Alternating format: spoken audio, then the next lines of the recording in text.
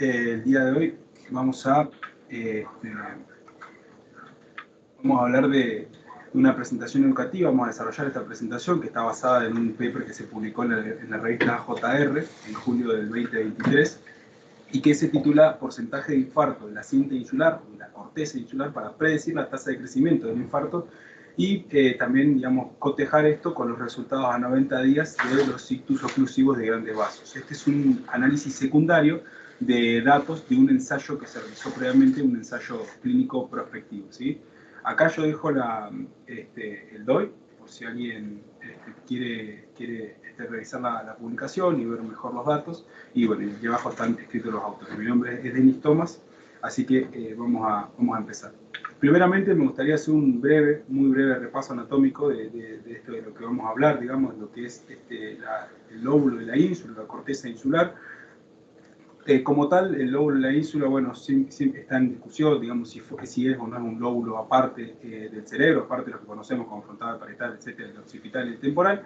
Pero bueno, lo que sí tenemos que saber es que el lóbulo de la ínsula se encuentra en la profundidad de lo que es la cisura de Sylvio, ¿sí? La cisura esta transversa que podemos ver en una configuración externa del cerebro, en la que se encuentra inmersa o dentro de lo que es el opérculo insular, o sea, que está recubierta por lo que es el lóbulo frontal y parietal, y por debajo lo que es el lóbulo temporal. Si nosotros retiramos estos lóbulos, es donde podemos ver mucho mejor lo que es la ínsula, ¿sí? La ínsula como tal se divide en dos áreas, o dos lóbulos, anterior y posterior, que están separados por lo que es el surco insular central, ¿sí? El surco o el área anterior tiene circunvoluciones cortas que se llaman, que son tres, anterior, media y posterior, y el área posterior tiene dos, que son los giros largos, ¿sí? La ínsula anterior y posterior también.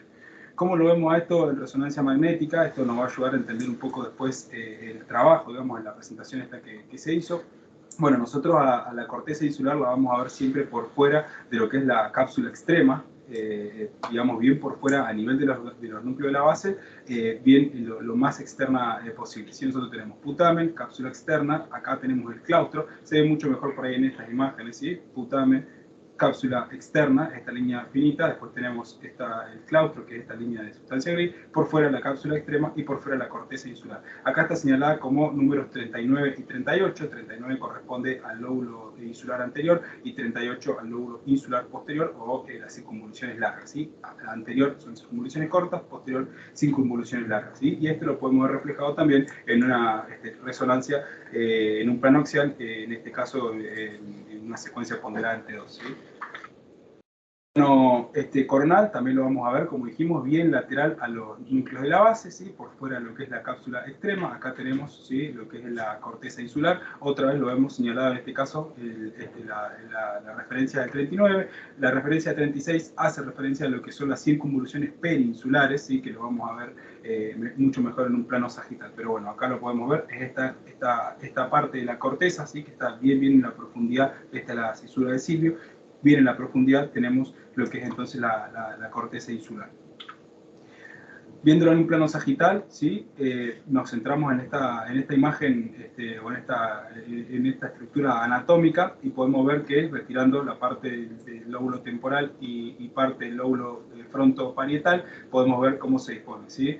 36 es lo que está marcando, digamos, es la circunvolución, como había dicho, peninsular, en este caso peninsular superior, que está por el lóbulo frontal y parietal. Por debajo tenemos la temporal, o la peninsular inferior, y hacia adelante la peninsular anterior. 39 nos marca el lóbulo anterior, 38 nos marca el lóbulo posterior de la ínsula, y 37 lo que nos señala es el surco insular central. Esto lo podemos ver reflejado bien claramente en lo que es una resonancia magnética, en este caso ponderante 1, en un plano sagital. Y lo podemos ver, ahí tenemos surco peninsular inferior, peninsular superior, peninsular anterior, y las dos áreas o lóbulos de la ínsula anterior y posterior, ¿sí?, con los giros rectos y con los giros cortos, perdón, y los giros largos, como mencionamos anteriormente. Repasando brevemente lo que es la anatomía vascular o la irrigación de la ínsula, tenemos que tener en cuenta que la ínsula está en estrecha relación con lo que es la arteria cerebral media. La arteria cerebral media es el tronco más grande que tiene como rama terminal la arteria carótida interna. Y la arteria cerebral media presenta 4 porciones, ¿sí? La vamos a ver en la primera imagen, en un plano coronal, en una resonancia magnética ponderante 2. ¿Cómo empieza? Tenemos la primera porción, la porción horizontal de la arteria cerebral media, M1, una porción vertical, M2, o este segmento que se conoce también como segmento insular. Luego tenemos M3, que también se conoce como segmento opercular, y M4, que son el segmento cortical o de las ramas corticales, ¿sí? Acá tenemos una reconstrucción que se hizo, ¿sí? En este caso fue con un 3D TOF, digamos una secuencia 3D TOF de una angio cerebral, en la que podemos ver la rama, ¿sí? Como mencionaba anteriormente, la rama M1, cómo se divide, ¿sí? en dos ramas, una superior y una inferior. La superior en general es la que se encarga de dar todas las ramas insulares, o esta es la parte, digamos, la porción M2, y es la que se va a encargar posteriormente de irrigar la ínsula. En la tercera imagen podemos ver, ¿sí? Segmento M1 con las ramas lentículo estriadas para justamente los ganglios de la base, y la porción M2, que va a ser la que dé estas arterias perpendiculares, que se disponen de manera perpendicular al vaso, que van a dar irrigación a la ínsula, ¿sí? Digamos, lo que quiero remarcar acá es que prácticamente toda la irrigación de la ínsula está justamente por estos vasos, ¿sí? Digamos, por la arteria cerebral media, y particularmente por el segmento M2 de la arteria cerebral media. Dentro de las funciones, mencionar un poco, digamos, por qué es tan importante. Si bien la ínsula sigue siendo estudiada y se cree que tiene muchísimas más funciones las que se conocen, algunas de estas funciones es que, bueno, dentro de la ínsula se encuentra lo que es la corteza gustativa primaria, existe una regulación cardiopulmonar a nivel de la ínsula, ¿sí? El lado izquierdo genera un activador parasimpático, el derecho un activador simpático, tiene un procesamiento asociativo motor, nos da a los humanos, digamos, lo que es autonomía, es decir, en los seres en los que hay una ínsula bien desarrollada como en los humanos, es lo que le proporciona autonomía. Existe el área del lenguaje insular, ¿sí? una de las áreas de Broca, y también tiene funciones en lo que son de un funcionamiento auditivo y vestibular. Es decir, tiene muchísimas funciones la corteza insular. Esto también, digamos, las funciones también es algo por lo que se la consideraba, ¿no? un lóbulo cerebral aparte. Ahora vamos a ir, digamos, mencionar rápidamente lo que son los signos tempranos de Strogi, para que entendamos un poco de por qué esto de la cinta insular, o por qué se usa lo de la corteza insular, ¿sí? Clásicamente se han definido varios signos tomográficos tempranos en lo que son los infartos a nivel de la corteza insular, o en realidad, digamos, signos característicos de infarto o de afectación de la arteria cerebral media, pero tempranos, ¿sí? Dentro de los signos tomográficos tempranos, la hipodensidad del núcleo lenticular es una de las que puede llegar a aparecer en primera medida. El signo de la cuerda, esto que cuando vemos la arteria cerebral media, el segmento M1, la arteria cerebral media hiperdensa en tomografía, también nos tiene que hacer sospechar en un infarto isquémico, y lo que es el signo de la cinta insular, que esto es la pérdida de la diferenciación sustancia negra y sustancia blanca a nivel de la corteza insular. Todos estos signos, como sabemos, a nivel tomográficos, digamos, si bien pueden llegar a ser específicos, requieren de una alta sospecha, digamos, clínica, porque no son, digamos, no tienen la especificidad que va a presentar lo que es la resonancia magnética, ¿sí? Es por eso que, bueno, obviamente digamos, con la progresión de la resonancia magnética, y sobre todo con las secuencias de difusión, es que, digamos, estos signos no es que han quedado desplazados, pero sí han quedado a un margen, ¿sí? Dentro de la resonancia magnética, la secuencia ponderal de difusión, como dije anteriormente, es la que, digamos, primeramente se utiliza, ¿sí? en estudios convencionales, que lo que uno busca es justamente esto de la restricción a la difusión de agua, que se va a expresar en imágenes como un aumento de la señal en DWI y una caída en la señal en lo que son los mapas de ABC. Se cree que en algunos animales, digamos, digamos, la restricción a la difusión en un infarto, en un stroke isquémico, puede aparecer incluso a los 10 minutos de que comience el infarto. En humanos se ha determinado que este punto es 30 minutos. A los 30 minutos ya podemos tener signos de infarto o de restricción a la difusión en estos, digamos, como hallazgo precoz, ¿no? Después de esta pequeña introducción, nos vamos derecho a lo que es este paper, ¿sí? Como dije anteriormente, titulado Porcentaje de infarto de la corteza insular o de la cinta insular, lo llaman los autores, para predecir la tasa de crecimiento justamente del infarto y los resultados a 90 días, ¿sí? Dentro de lo que es el contexto, bueno, los autores proponen que conocer la historia natural del crecimiento de los infartos insulares podría ayudarnos a identificar pacientes que tengan un ictus lentamente progresivo y que pueden beneficiarse de una trombectomía endovascular diferida, ¿sí? Entonces, El objetivo de la presentación en sí fue evaluar la asociación que existía entre el porcentaje del infarto de la corteza insular, ¿sí? Que lo vamos a ver como PIRI por las siglas en inglés, pero esto, porcentaje del infarto de la corteza insular, y qué asociación tenía con la tasa de crecimiento del infarto, que también, por sus siglas en inglés, lo vamos a ver como IGR, ¿sí? Y esto también cotejarlo con resultados a 90 días en pacientes que tuvieron un ictus por oclusión de grandes vasos, ¿sí? A los pacientes, es decir, se le hizo un control también a los 90 días. Dentro de los métodos, bueno, en este caso se reclutaron pacientes que presentaban ictus agudos no tratados con terapias de reperfusión y que se presentaron entre enero de 2007 y junio de 2009. En total, después de la exclusión de los pacientes y demás, porque no podían ser parte del estudio, porque habían recibido algún tratamiento, quedaron como muestra 31 pacientes, ¿sí? Que presentaban una edad media de 71 años. Estos eran 12 mujeres y 19 hombres. Todos presentaban oclusión de grandes vasos de circulación anterior y a estos pacientes se les realizó resonancia magnética seriada, ya vamos a ver cada cuándo. Esto del seguimiento de 90 días es porque, bueno, a los pacientes, digamos, se les hacían visitas médicas o los pacientes se dirigían a los centros médicos o se realizaban llamadas telefónicas y lo que los autores querían era determinar y registrar lo que era una escala MRS. Si esta es una escala que se llama de ranking modificada, pero en sí lo que determinaba una escala de discapacidad a 90 días. Iban de 0 a 6 puntos, 0 un paciente totalmente sintomático que se valía por sí solo, 5 un paciente postrado que requería asistencia total y 6 un paciente fallecido. Se estimó que una puntuación de 2 o menos de esta escala MRS era un buen resultado para un paciente que había tenido un ictus a nivel de la corteza insular. La adquisición e interpretación de las imágenes, como dije anteriormente, las resonancias magnéticas seriadas se realizaron a las 4, a las 24 y a las 48 horas y luego a los 90 días. Las primeras 4, 24 y 48 horas, las imágenes fueron valoradas en general en DWI y esto fue para sacar volúmenes de infarto, que se utilizó un software, y a los 90 días se utilizó imágenes ponderadas en FLAN.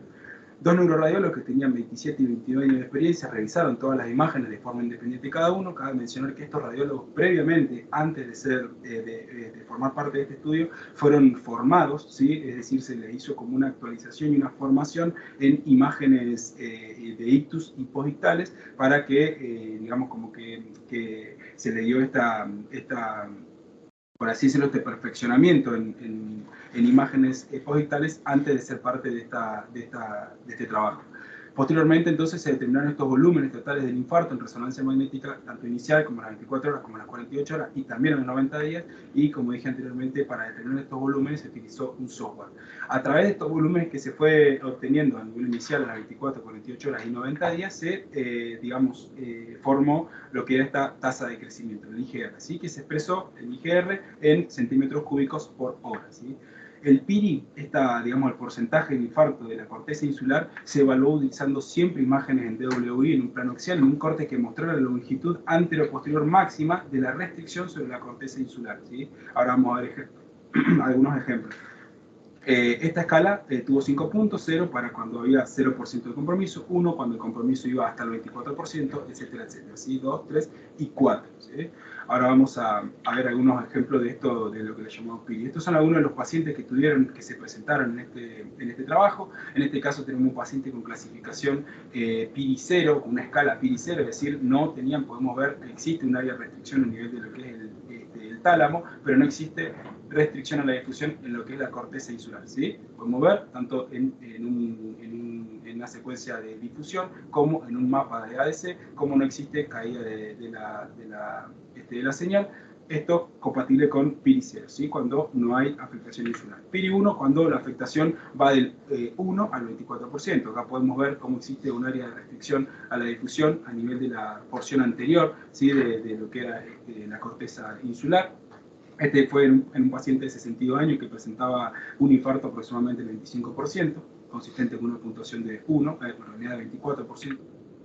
En este caso, un PIRI2, ¿sí? En este caso también un paciente de 90 años que presentaba aproximadamente un compromiso del 50%, podemos ver, ¿sí? Hiperintensidad o aumento de la señal en secuencia de WI con caída del mapa de ADC. Un PIRI3 en el que, como dijimos, el infarto ya iba, o el compromiso iba del 50% al 74%, ¿sí? Podemos ver el aumento de la señal, y la caída correspondiente en el mapa de ADC, y un PIRI 4, que fue cuando se vio afectada prácticamente la totalidad de la corteza insular, ¿está bien? Con su respectiva caída del mapa ADC. Estos fueron las imágenes que fueron viendo secuencialmente los dos neuroradiólogos, ¿sí? Cada cual por su lado de manera independiente. En cuanto a resultados, después de esta valoración, como primera medida existió una alta concordancia interobservador para las categorías de PIRI, es decir, que para los dos neuroradiólogos al valorar las imágenes coincidían en que este era un PIRI 0, este era un PIRI 1, este era un PIRI 2, etcétera, etcétera, ¿sí? Luego se fue cotejando esta porcentaje de infarto de la corteza insular con la tasa de crecimiento de los infartos, ¿sí? Insular, y se fue cotejando a nivel de un PIRI leve, un PIRI moderado, un PIRI grave, ¿sí? Y bueno, acá tenemos los valores que fueron dando de volumen, ¿sí? 1,6 centímetros cúbicos por hora para un PIRI leve, PIRI moderado, etc. Este fue la evaluación inicial a las 4 horas. A las 24 horas, acá tenemos también los resultados, ¿sí? Para PIRI leve, para PIRI moderado y para PIRI grave, ¿sí? Veamos cómo, digamos, hay una concordancia entre si el porcentaje del infarto de la corteza insular con la tasa de crecimiento del infarto en sí, ¿sí? A mayor PIRI, digamos, mayor graduación del porcentaje del infarto de la corteza insular, mayor volumen afectado había, ¿sí? Acá lo podemos ver también a 48 horas, donde acá el único dato por ahí es que es un poco menor en el PIRI moderado, pero el PIRI grave sigue siendo, o se sigue correspondiendo a la valoración o al porcentaje de infarto afectado. Perdón, quise decir el porcentaje de corteza afectada, ¿no? Bueno, otro dato que se obtuvo fue que la mediana del volumen del infarto a los 90 días fue de 9,4 centímetros cúbicos para un PIRI leve, 39,8 centímetros cúbicos para un moderado y 108,6 para un porcentaje de infarto grave, ¿sí? Y también tener en cuenta que el porcentaje de pacientes con una escala de ranking modificada, que acuérdense que era para valorar la discapacidad de los pacientes de 2 o menos, fue del 78% cuando se determinó que el porcentaje del infarto de la siguiente insular era leve, del 67% para los casos de moderado y del 6% para el PIRI grave, ¿está bien? Es decir, también se correlacionaba el grado de porcentaje de infarto de la corteza insular con esta valoración o esta escala de discapacidad. La conclusión entonces, bueno, que el porcentaje de infarto de la corteza insular predice de forma independiente la tasa de crecimiento del infarto y también predice la valoración de la escala de discapacidad, si esta ranking modificada, que sea igual o menor de 2, ¿está bien? Entonces, para predecir esta escala de ranking modificada que sea menor o igual a 2, el PIRI se notó que tuvo una sensibilidad del 90% y una especificidad del 80%. Entonces, básicamente lo que los autores dicen, bueno, es que el estudio actual, este estudio que se realizó, ofrece un método que es relativamente simple para poder predecir la tasa de crecimiento en pacientes que presenten una oclusión del grande vaso de la circulación anterior, ¿sí? Y utilizando simplemente la extensión de la afectación de la corteza insular en secuencias DWI, ¿está bien? También se encontró que, bueno, que el porcentaje de infarto, ¿sí? PIRI, se asoció de manera significativa e independiente con la tasa de crecimiento de este infarto, ¿está bien? Tanto a nivel inicial como también a 48 horas y resultados clínicos, es decir, a 90 días, ¿está bien? Digamos, que era algo como un comentario que se hace al artículo y que mencionan también los mismos autores, es que el estudio como una de las principales ventajas es que tiene una muestra pequeña y que requiere mayor validación, pero que esta medición del porcentaje de infarto de la corteza insular parece ser un marcador muy simple de obtener y con el potencial de poder mejorar los enfoques para seleccionar y sobre todo para hacer un pronóstico de los pacientes, ¿sí? Esta es la bibliografía, digamos, este es el paper en sí, ¿sí? El paper de la publicación. Este paper de acá abajo es el paper que hacía un comentario a la publicación y los otros papers son algunos papers que utilicé para poder armar la parte de anatomía bueno, de estructura de la ínsula y demás, ¿sí? Muchas gracias.